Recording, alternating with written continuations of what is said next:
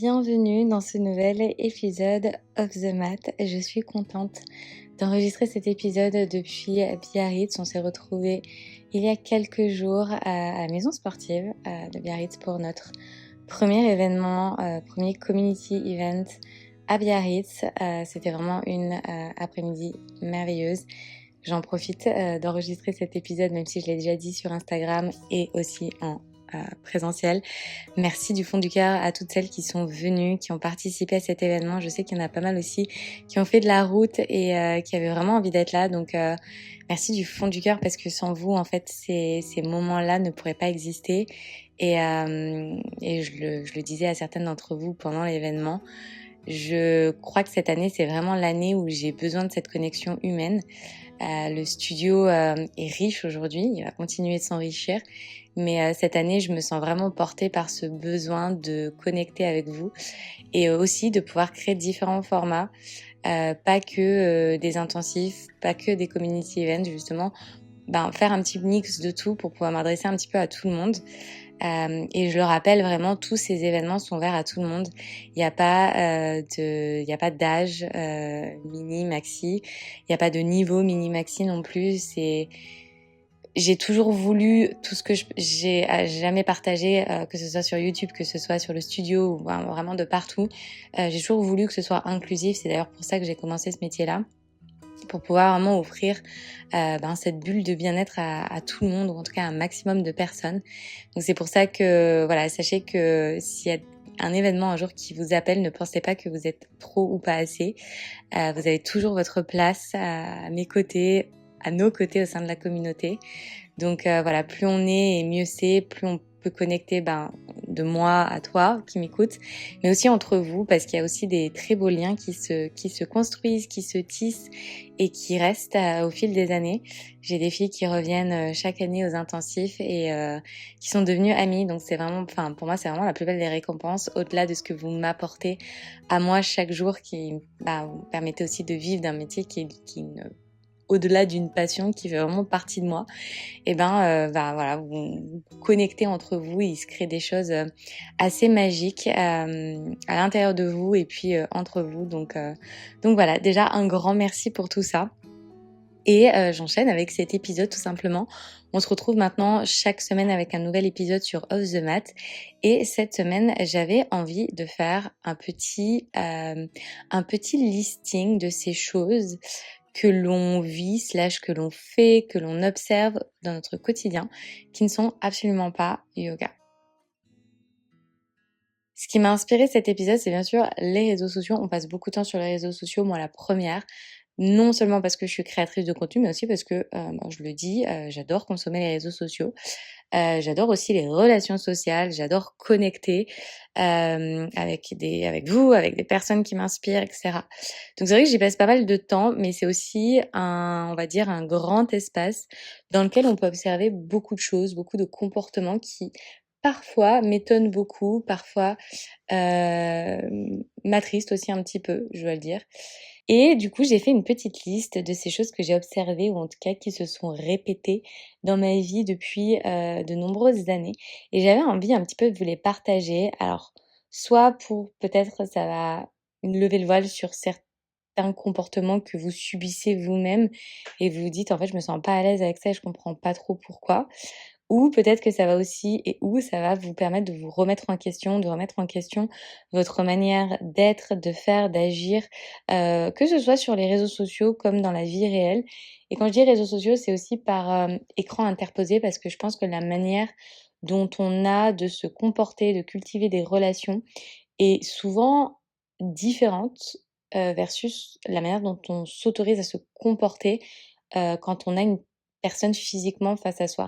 Et c'est là aussi que pour moi, il y a un réel problème. Je dis pas qu'il y a je dis pas qu'il y a une inconscience de cela, parce que je pense qu'on est tous des adultes et je pense que je m'adresse à des adultes, avec des têtes bien faites. Je pense qu'on a tous et toutes conscientes qu'on est en train de parler à quelqu'un, derrière son écran Et après je pense qu'on perd souvent quand même la notion d'eux, mais on a cette capacité de retrouver cet état de clarté, de pleine conscience qu'on est en train de parler à un être humain de l'autre côté d'un écran et être aussi savoir être son propre garde-fou et savoir, se poser à soi-même des limites, dans ce qu'on sait est bien de faire, de dire, de demander et ce qui n'est pas bien de faire, de dire, de demander ou en tout cas ce qu'on ferait en vrai et ce qu'on ferait finalement pas, en vrai justement. Donc c'est aussi, savoir appliquer, ces mêmes, règles à soi qu'on appliquerait, au travers d'un écran. Le premier comportement que je vois, mais tellement souvent et qui, forcément moi en particulier parce que je suis créatrice de contenu et je partage beaucoup de choses quotidiennement sur les réseaux sociaux. Donc je partage aussi une partie de ma vie. Là, en étant, sur le podcast, je partage des choses qui sont hyper intimes. Quand je vous rencontre, pendant les intensifs, pendant les community events, on a l'opportunité de discuter et cetera et je partage toujours de manière hyper transparente. Je dis pas que j'ai pas de filtre, mais en tout cas, j'essaie vraiment d'avoir le moins de filtres possible parce que j'ai vraiment envie que vous compreniez que je suis un être humain exactement comme vous, que j'ai mes challenges, que j'ai mes obstacles, et cetera. Mais de ce fait-là, fait que, forcément, il y a un lien de proximité qui se crée entre vous et moi et parfois, je pense, une limite qui devient assez floue. Une des choses que moi j'observe beaucoup et qui dans la philosophie du yoga, on trouve un terme, c'est ce qu'on appelle asteya, le fait de ne pas voler. Quand vous allez, voler un bien matériel, c'est un vol. Effectivement, on va prendre un objet qui ne nous appartient pas et on va partir avec ce bien matériel et on va se l'approprier. Dans la philosophie du yoga, on va appliquer ce même principe du vol de biens matériels à des biens qui sont immatériels. Les biens qui sont immatériels, ce sont les pensées, ce sont les actes et ce sont les paroles. Quand on est un petit peu trop, alors je sais pas si je vais arriver à retrouver le mot en français, un petit peu trop curieuse, on va dire. Il y a un terme que j'adore en anglais, nosy, donc avec le nez. Quand on va mettre son nez un petit peu trop dans les sphères intimes de quelqu'un d'autre en forçant slash poussant la, la prise d'information par le fait de pousser, de forcer systématiquement et de manière répétitive quelqu'un à dire quelque chose, à faire quelque chose ou à agir ouais, d'une certaine manière, on va être dans le vol. Et je trouve que cette notion-là, elle est très intéressante parce que je vous parle souvent de people pleasing et du fait de placer ses limites. Et c'est quelque chose que je répète aussi systématiquement, que ce soit sur les réseaux, dans les choses que j'ai envie de partager, mais aussi dans ma vie personnelle. Au même titre que tu as envie qu'on respecte tes limites de manière assez organique, parce que t'as pas être envie, on n'a pas envie d'être tout le temps systématiquement dans la surenchère, dans la réassurance dans la réaffirmation de nos limites. Tu as le devoir, on va dire, de respecter les limites des autres sans forcément que cette personne ait besoin, parce que c'est énergétique, de réaffirmer ses limites. Une personne qui va être justement dans ce pattern, cette mécanique d'être dans ce people pleasing permanent, qui va rencontrer quelqu'un qui va être tout le temps en train de forcer l'information, la parole, l'acte et cetera. Il va finalement y avoir une relation qui va être hyper malsaine, hyper toxique, qui va se développer parce que, admettons que moi je suis cette personne qui vient tout le temps aller te demander des informations, tout le temps aller te pousser à dire des choses que tu as pas forcément dites, parce qu'elles sont personnelles et toi en face de moi qui ne sait pas dire non et tu vas tout le temps être en train de te sentir forcé de partager des choses, donc tu vas partager ces choses, mais au final, tu vas cultiver en toi, tu vas nourrir en toi une forme de rancœur, vis-à-vis de cette personne-là, parce que tu vas te sentir toujours forcé à devoir dire et à devoir faire des choses et c'est là que justement, il y a des relations assez malsaines qui se développent. Donc quand tu viens demander des informations intimes, heu et je pense que c'est encore plus applicable au travers, d'un écran. Mais quand tu viens demander quelque chose à quelqu'un que tu encore plus que tu ne connais pas personnellement, des informations intimes sur sa vie, sur ses relations, sur ses projets, sur ses envies, sur ce qu'elle a prévu de faire, ce qu'elle n'a pas prévu de faire, et cetera, tu es dans un vol d'informations. Alors effectivement, toi, en fait, tu peux dire: «Bah, en fait, cette personne, elle peut très bien me dire: "Bah, écoute, j'ai pas envie, de répondre à cette question"». Oui, mais quand tu finalement pousses quelqu'un à être dans la justification, tu vas potentiellement créer une situation inconfortable. Peut-être ou peut-être pas. Peut-être toi tu te dis: «Bah, en fait non, moi je suis tout à fait réceptive à ce qu'on me dise: "Non, j'ai pas envie de te donner l'information"». Moi par exemple, c'est mon cas, j'ai aucun problème à ce que tu me dises: «Non, j'ai pas envie, que tu me donnes cette information-là». Mais pour certaines personnes et dans le cadre de certaines relations, le fait de devoir réaffirmer une limite et de se voir justement confronté à une limite qui a été strictement posée, peut d'un côté mettre, la personne dans l'inconfort parce que c'est quelqu'un qui est pas à l'aise justement avec le fait de dire non. Donc du coup, elle va cultiver de la culpabilité et dans l'autre sens, tu peux te retrouver vis-à-vis de quelqu'un qui n'a pas forcément trop confiance en elle et qui ne va pas forcément oser. Donc dans tous les cas, peu importe le profil, auquel tu vas être confronté, peu importe la personnalité que tu as, le fait d'être dans un déséquilibre d'informations et dans cette volonté d'aller chercher toujours plus d'informations chez l'autre, au bout d'un moment, en fait, ça peut paraître hyper intrusif. Et je le dis à moi, mais comme moi, du coup, je l'applique, dans mes relations parce que je le vis au quotidien et je sais que, j'ai pas envie qu'on me le fasse vivre au quotidien. Donc du coup, ce que je vis, dans mes relations et ben, je fais en sorte de l'appliquer dans les relations, enfin dans ce que les autres vivent à mes côtés. Parce que j'estime que ce que j'ai envie et besoin et ben, je veux que ce soit respecté et donc je le respecte auprès des autres.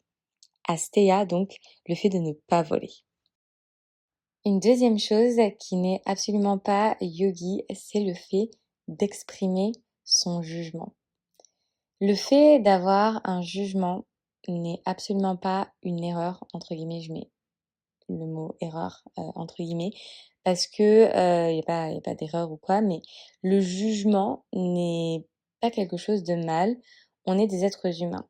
Donc pour évoluer en société, pour, avoir des relations à peu près normales et pour avoir un rapport à soi aussi qui est à peu près normal et pour fonctionner dans notre monde, on est obligé de porter un jugement. Savoir ce qui est bon pour soi, savoir ce qui est mauvais pour soi, c'est pas vivre dans cette dualité, c'est pas quelque chose de mal. On a besoin d'un référentiel qui est forcément dans la dualité et dans ce côté relatif pour exister et pour savoir ce dont on a besoin, dans ce monde-là et dans cette vie-là. Par contre, exprimer son jugement, ça, c'est une autre histoire. Lorsque je choisis d'exprimer mon jugement, je fais un choix conscient. Ressentir un jugement, penser un jugement, c'est quelque chose que l'on ne peut pas contrôler. Encore une fois, c'est quelque chose de naturel, c'est le cerveau, c'est le système nerveux, et cetera, qui fonctionne pour dire: «Ça c'est, danger, ça c'est pas danger, ça c'est safe, ça c'est confortable, ça c'est inconfortable», et cetera. Encore une fois, on a besoin de ces référentiels-là pour fonctionner et au contraire, c'est positif. Exprimer un jugement, exprimer un jugement qui n'a pas forcément été invité dans le cadre d'une relation ou d'une discussion n'est pas quelque chose de bon ou d'accepté dans la philosophie du yoga. De la même manière, lorsque tu exprimes un jugement qui va venir heurter une autre personne, tu es dans ce qu'on appelle, enfin tu vois, à l'encontre d'Ahimsa, la non-violence. Ahimsa, on peut l'extrapoler dans plein de domaines de notre vie, que ce soit sur ou hors de notre tapis. Mais en particulier, là, dans cet épisode, ce que j'avais vraiment envie de parler, c'était à quel point, en fait, le fait d'exprimer un jugement, une opinion, en particulier critique envers quelqu'un, peut venir créer, et ouais, créer vraiment du mal dans la vie de quelqu'un, et vraiment créer du mal-être. On ne sait absolument pas ce que la personne est en train de traverser dans sa vie. On ne sait souvent pas grand-chose de la personne, en particulier quand on vient poster un commentaire ou émettre un jugement, sur, un réseau social. On ne connaît rien de la personne. Réellement, on ne connaît rien de la personne que qu'elle veut bien nous partager. Et même quand tu as une relation amicale avec une personne ou même une relation familiale, tu ne sais pas forcément ce que la personne est en train de traverser. Donc le fait d'exprimer un jugement qui plus est a été construit, depuis, ton propre prisme, ton propre, schéma de pensée, de croyance, tu viens émettre un jugement qui est issu d'une perception et qui est donc hyper subjectif. Penser qu'une personne mange trop ou pas assez, c'est ta propre perception.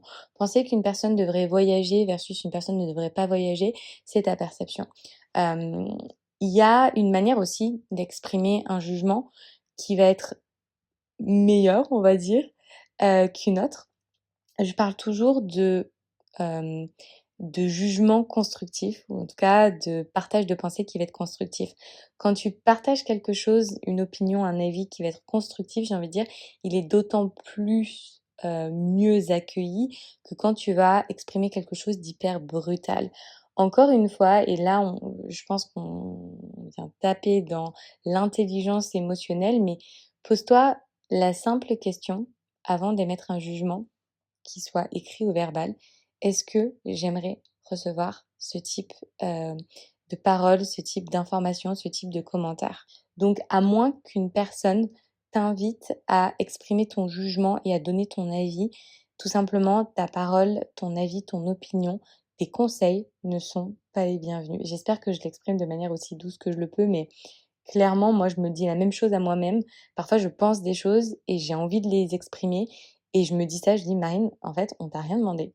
Ton avis n'est pas le bienvenu. Si cette personne ne va pas bien, eh ben, c'est pas ta responsabilité. C'est pas à toi de venir t'immiscer». Par contre, il y a des manières aussi, j'ai envie de dire plus douces et plus subtiles de «s'inquiéter» entre guillemets ou de réellement apporter un soutien à quelqu'un. Ça va être au lieu de dire justement: «Tu es trop maigre, tu es trop grosse». Vraiment, je prends un exemple, complètement lambda qui me vient en tête parce que vous le savez, je l'ai déjà partagé, mais c'est le genre de commentaires que je reçois, je vais pas dire quotidiennement, mais en tout cas de manière assez répétée. Comment tu te sens? Comment ça se passe ton voyage? Qu'est-ce qui s'est passé récemment dans ta vie?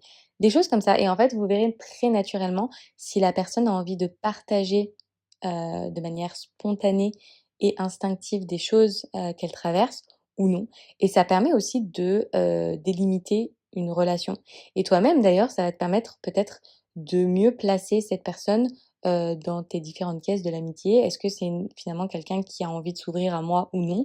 Est-ce que j'ai tendance à trop m'ouvrir à cette personne et elle finalement elle a pas envie ou elle se sent pas encore à l'aise de trop s'ouvrir à moi et cetera et cetera. Encore une fois, toutes ces choses-là, je pense que, ça nous aide à construire des relations qui sont plus équilibrées et qui sont plus saines. Donc comprendre vraiment tous ces principes-là, se les appliquer à soi et les appliquer aux autres, nous permet non seulement d'être une meilleure personne pour soi, mais aussi une meilleure personne dans les relations qu'on construit avec le temps. Et je le répète, je pense que c'est d'autant plus important de l'avoir en tête quand on utilise, quotidiennement les réseaux sociaux. Et quand je parle de réseaux sociaux, je parle pas de juste, d'Instagram ou de YouTube, je parle aussi, quand on envoie des messages sur WhatsApp ou, des SMS à sa famille ou à ses amis. Parce que quand on est, encore une fois, je le répète, par écran interposé, on a tendance à se donner la permission de dire et de faire plus de choses que, l'on ne se l'autoriserait par téléphone ou, de visu. Je rebondis sur un troisième point qui est aussi lié à Aïmissa et c'est quelque chose que j'observe beaucoup, beaucoup, beaucoup sur les réseaux sociaux parce que encore une fois, je pense que c'est le théâtre, c'est le théâtre des relations sociales et des comportements en société. Mais, c'est aussi quelque chose que j'observe, ben, de manière, réelle dans le monde réel et non virtuel. Le fait de pointer du doigt, les autres pour se donner soi-même de la lumière. Je l'observe beaucoup sur les réseaux sociaux parce que je pense que c'est très facile quand on évolue sur les réseaux sociaux de se sentir moins, de pas se sentir assez, d'avoir la sensation qu'on est moins intéressant, et de sentir un peu que notre lumière, elle s'éteint parce qu'on se compare, aux autres, que ce soit par avidité ou par jalousie. Ce qui est important de comprendre, c'est que quand on se sent trop ou pas assez, c'est pas l'autre, qui nous fait nous sentir comme ça.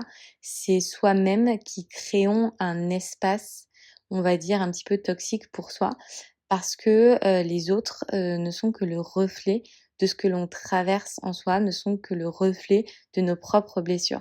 Donc quand quelqu'un nous trigger, vient toucher un petit peu des émotions qui sont très inconfortables, finalement c'est pas de sa faute à elle. Au contraire, c'est un message qu'il y a quelque chose qu'on a encore besoin de guérir. Et un comportement que j'observe tellement, mais tellement, que ce soit chez les profs de yoga, mais aussi chez les coachs ou même dans le milieu de l'influence, à quel point en fait on a besoin de dire moi je fais ça, moi j'enseigne ça et cette personne elle enseigne ça, mais regardez, c'est pas bien parce que il va se passer ça dans votre corps ou parce que moi je fais mieux et parce que regardez ce que moi je vous offre et ce que la personne elle vous offre pas. Vous voyez ce genre de truc de alors, on n'a pas forcément besoin de donner des noms, quand, on partage ce genre de choses-là. Juste le fait, en fait, d'être dans cette dynamique de dire: «Il y a des gens qui font ci, mais moi je fais mieux». On est déjà dans le fait de pointer du doigt ce que les autres font pour se donner davantage de lumière. Je suis convaincue qu'on peut exister dans, la non-relativité et qu'on peut exister sans avoir à se comparer ou sans, hem, ouais, sans de manière très explicite, comparer ce qu'on fait avec ce que les autres font pour, dire: «Voilà, moi je fais mieux et les autres font moins bien». Je crois et j'en suis convaincue, qu'on est un bon prof premièrement quand on, éduque, le cerveau des personnes qui consomment ce que l'on partage, avec cette idée qu'il y a pas moins bien et il y a pas mieux. Au contraire, tout le monde a sa place, pour exister. Il y a pas de bon, il y a pas de mauvais, sauf si effectivement en tant que professeur, on va, donner des informations qui sont complètement fausses, erronées et qui vont mener peut-être à la blessure. Là, effectivement, il faut savoir trouver ses limites en tant que professeur, et ses limites, c'est justement la connaissance que l'on a.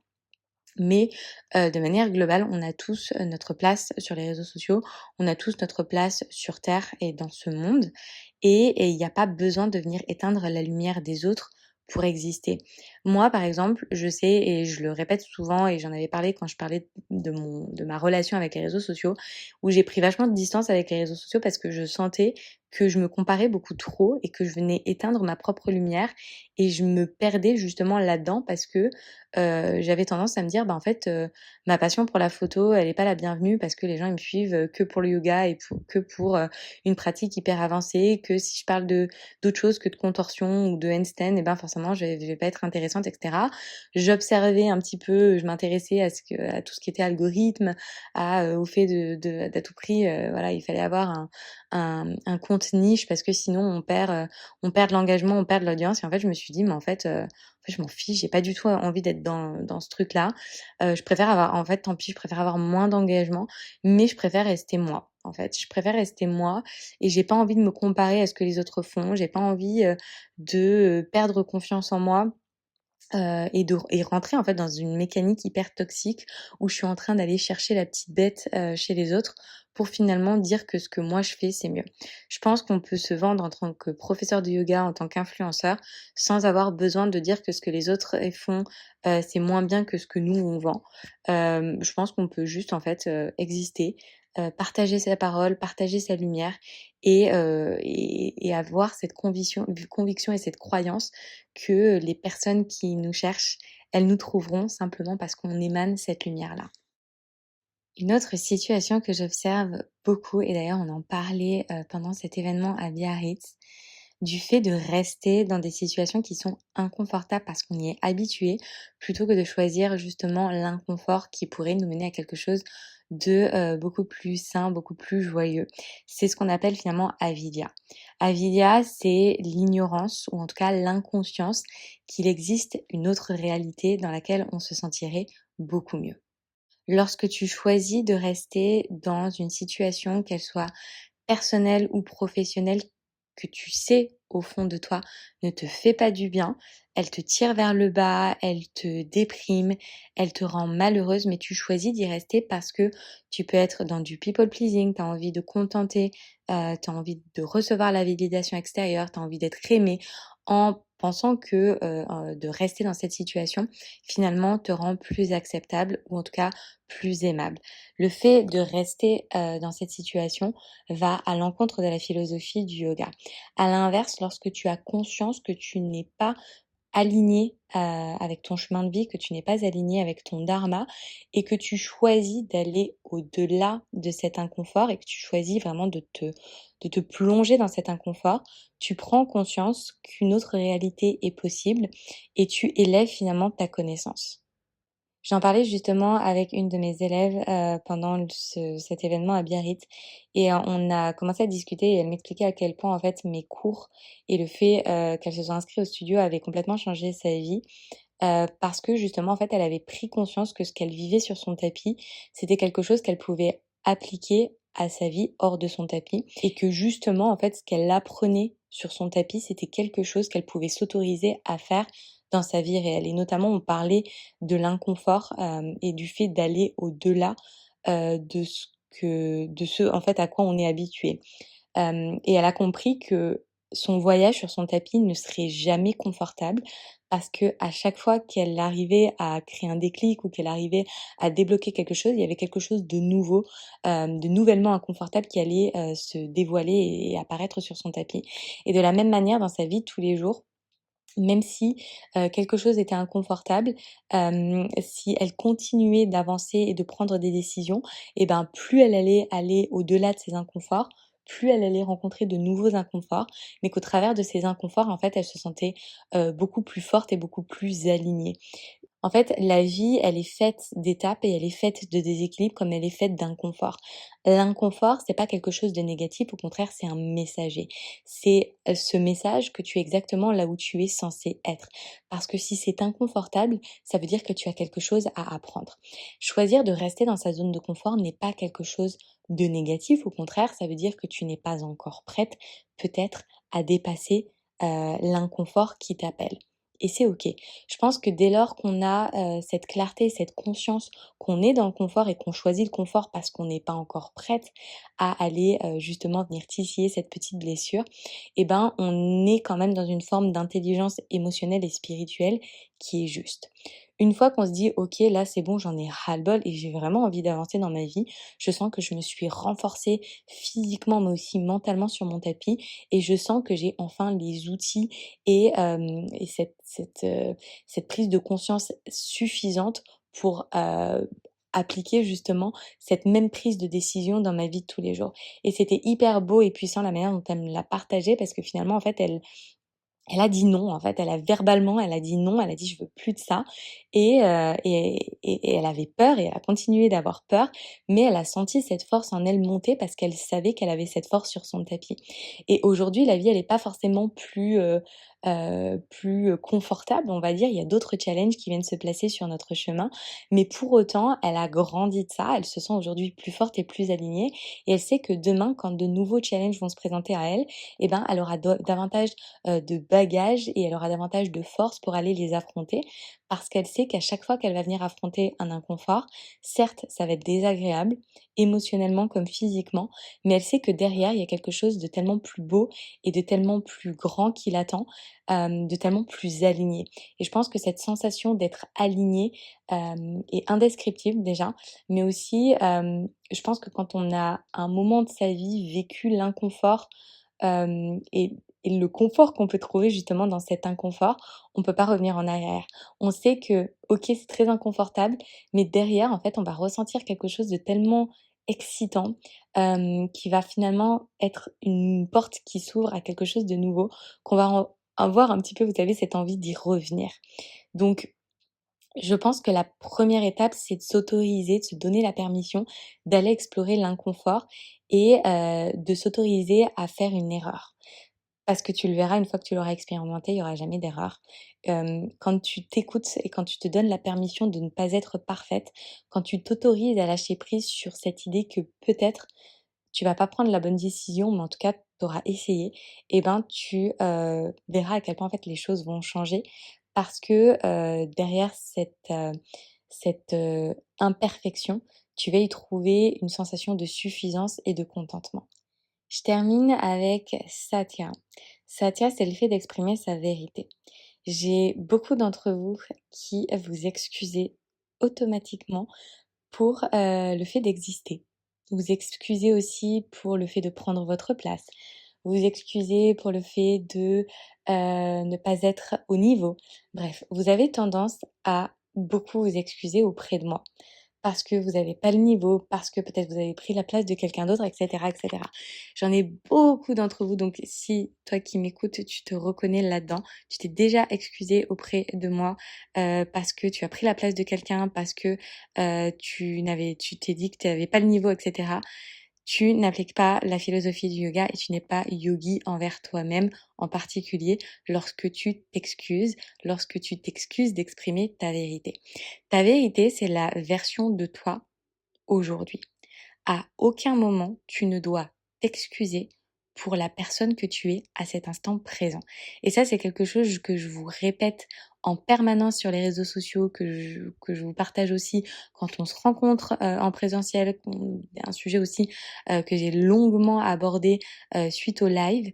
On ne doit pas s'excuser de la version que l'on est aujourd'hui, que ce soit dans sa vie personnelle, dans sa vie professionnelle, mais aussi sur son tapis. Et c'est pour ça que je l'explique à chaque fois. Je labellise toujours mes cours comme tout niveau parce que je n'arrive pas à me faire à cette idée que mes cours doivent être niches ou doivent s'adresser qu'à une certaine portion de la population. Mon objectif, mon dharma, mon envie, bref, mon goal dans la vie, c'est que je puisse accueillir autant de femmes possible dans un seul et même cours. Mes cours, je le dis par exemple, mes cours, ce sont des cours qui ont pour objectif de construire ta force, construire ta mobilité, construire ta flexibilité.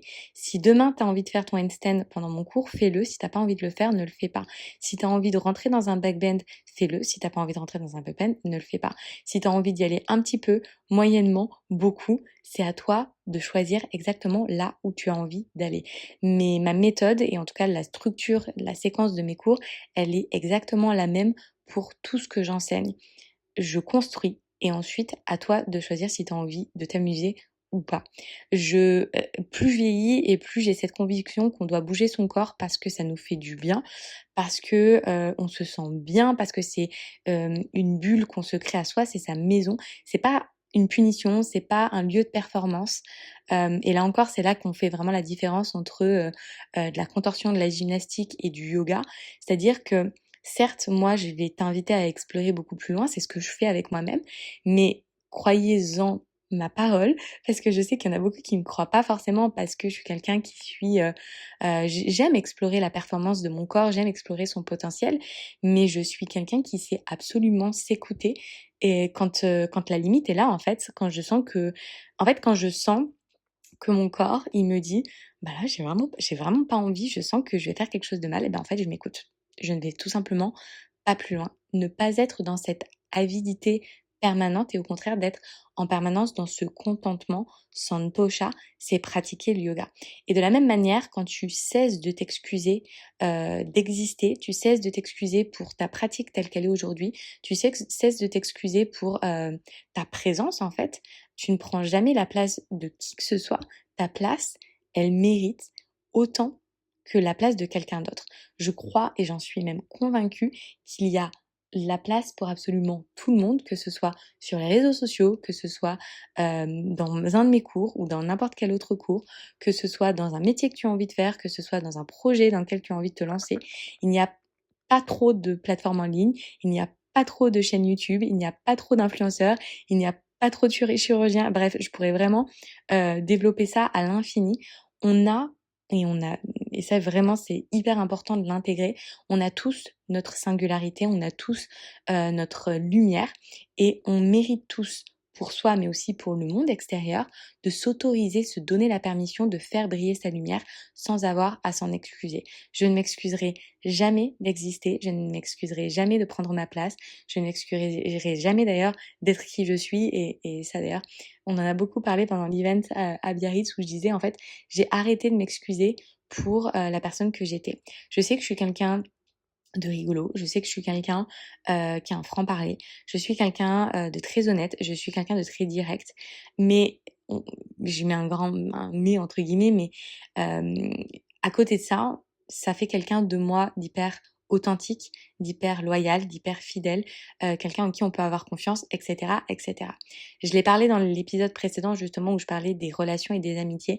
Je pense qu'il n'y a pas de relation plus saine que celle qui va nous permettre de nous embrasser pleinement pour la personne que l'on est et aussi une relation dans laquelle on va pouvoir trouver sa place au même titre que la personne en face de soi va trouver sa place.